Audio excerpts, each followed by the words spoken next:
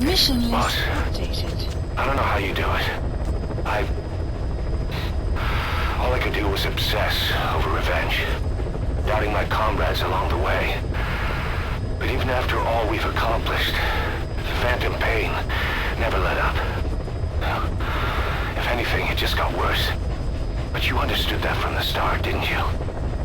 From the moment you opened your eyes in that hospital, you knew it wouldn't go away. That you've been fighting the pain and confronting your phantoms the whole time. Knowing full well the battle would never end, not till the day you die. I respect that now, more than ever.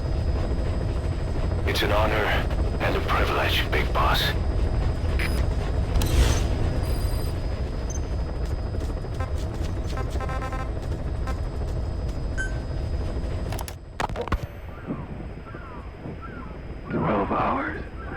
After exposure to the blood of a symptomatic colleague, I found myself making my way up the stairs to this room. And I am not alone. Everyone who's infected, we've all come up here wanting to get outside. I know full well I mustn't leave, given the possibility I'm infected. Yet, I can't contain this urge I feel inside me, like the alcoholic who tries to make any excuse for one more drink. Every step I took up those stairs filled me with this sense of bliss.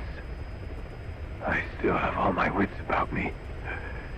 It took no time at all to rewire the electronic lock and open the emergency exit. Then, just as I was about to set foot outside, I finally realized what was going on. This desire for freedom is not my own, but that of the vocal cord parasites inside me. They want the ravens to feed on us, pecking us to death. Attracted by these sweet secretions, they have mutated to facilitate this. The sweet smell is powerful enough to attract even a species with such a weak nose. So, before the parasites take complete control, I must. Most of the staff in here are already infected. At least, everyone I've looked at is. Infection with this parasite causes a high fever in the pharynx. I have modified a pair of night vision goggles to react only to this temperature range. With these goggles, you can identify who is infected. Other infected will, like me, feel compelled to make it outside. If the ravens get their meal, they'll head for land next. That cannot be allowed to happen.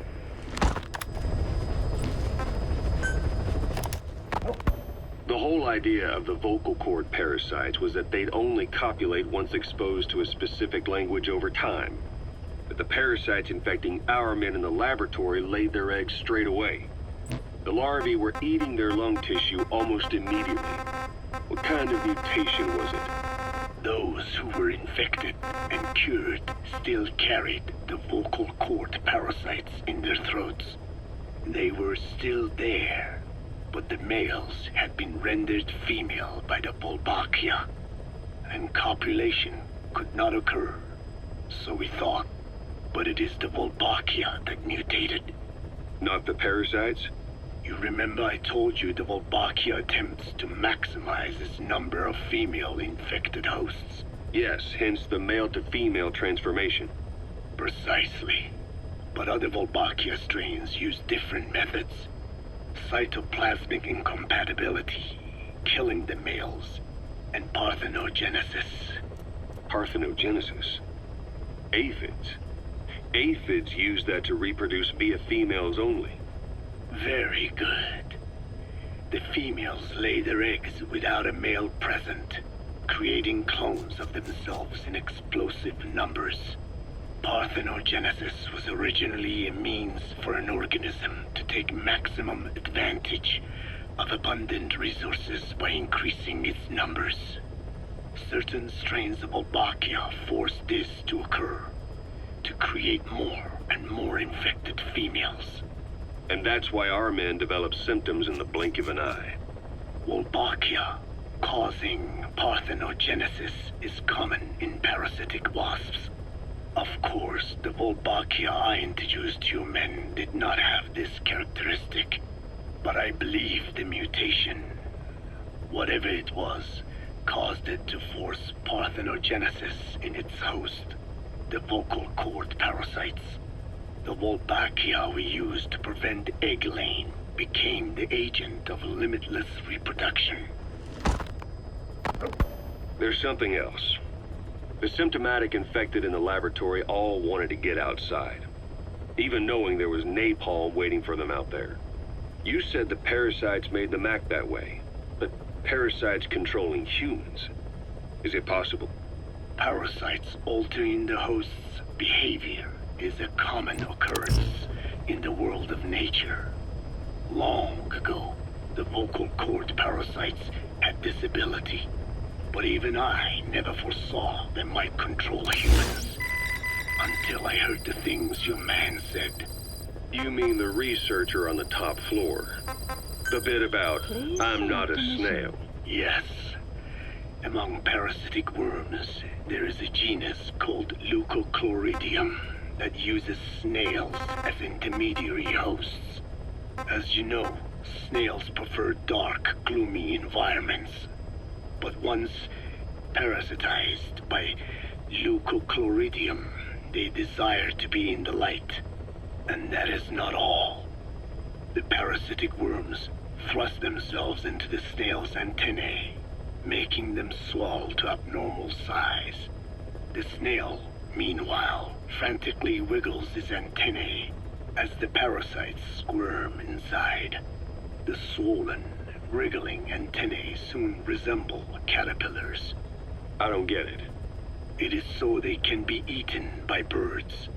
Leucochloridium needs a bird as its definitive host. To breed, they require their snail host to be snapped up by a predator. So they make the humble snail appear to be a delicious caterpillar and lead it to somewhere in open sight. So you mean the staff trying to get outside Was so the birds could pick at them. The parasites altered their mental state, making them crave higher places and to be outdoors. I can only surmise that both the Wolbachia and the parasites mutated before the ancestors of the vocal cord parasites infected humans. Their hosts were birds. What we saw in the laboratory was some throwback to that time. The parasites attempting to make birds their intermediary hosts. It sounds insane. A praying mantis that is host to a parasitic hairworm will dive into water and drown itself, just so the hairworm can lay its eggs in water. Rats infected with Toxoplasma gondii lose their instinctive caution and run right up to cats.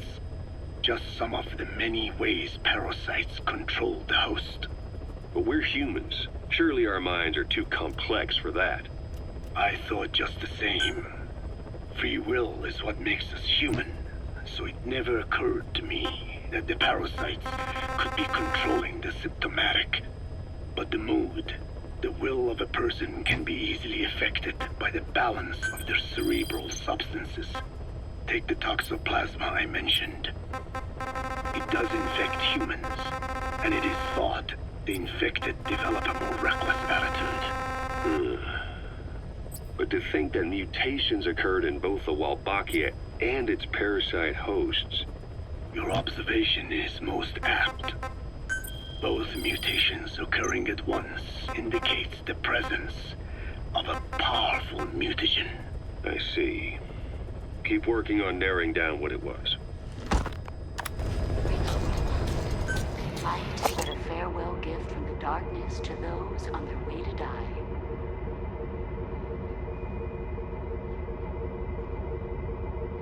To make the world one again.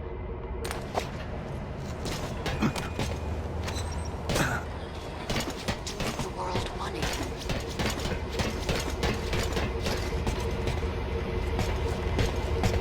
Jack, is that you?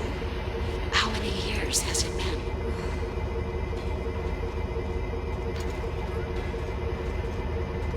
Finish your mission.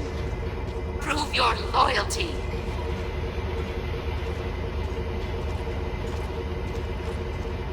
To make the world one again.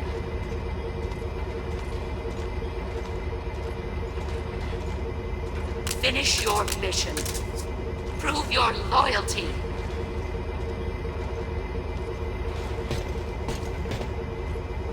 I've been waiting, Snake, for a long time. Waiting for your birth, your growth, and the finality of today.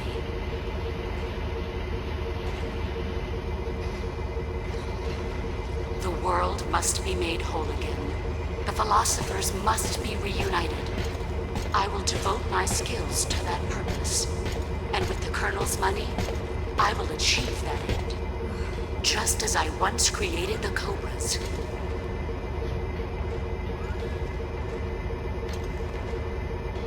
Life's end. Isn't it beautiful?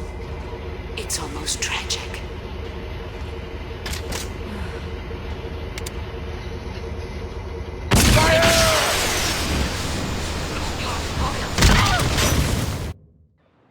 Oh, Snake.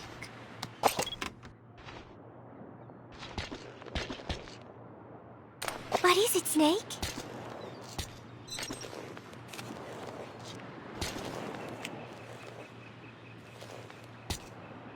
Football. I joined in. And there's Huey refereeing. He said, "We have forsaken our countries and become one with the earth." It is good being here together with everyone, you know? It was... And then No, that is not right. But I am an angel of peace. I am a student.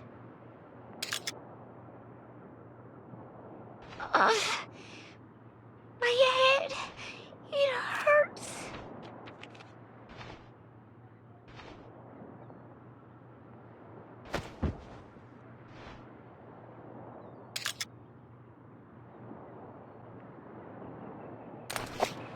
The real me.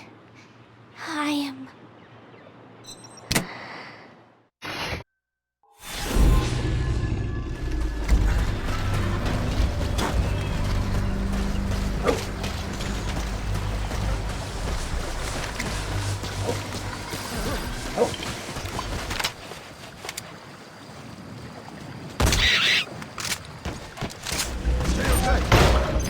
There's the transfer pump control room. The emergency stop button is probably inside it.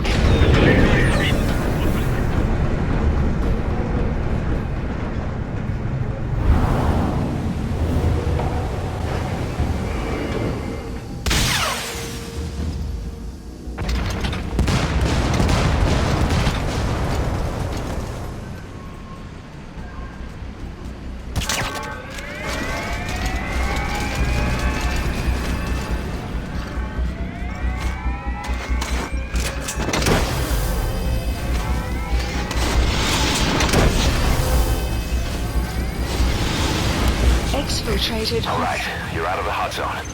No enemy forces in pursuit. Mission complete. Mission complete, and how? They're gonna tell stories about this one, boss.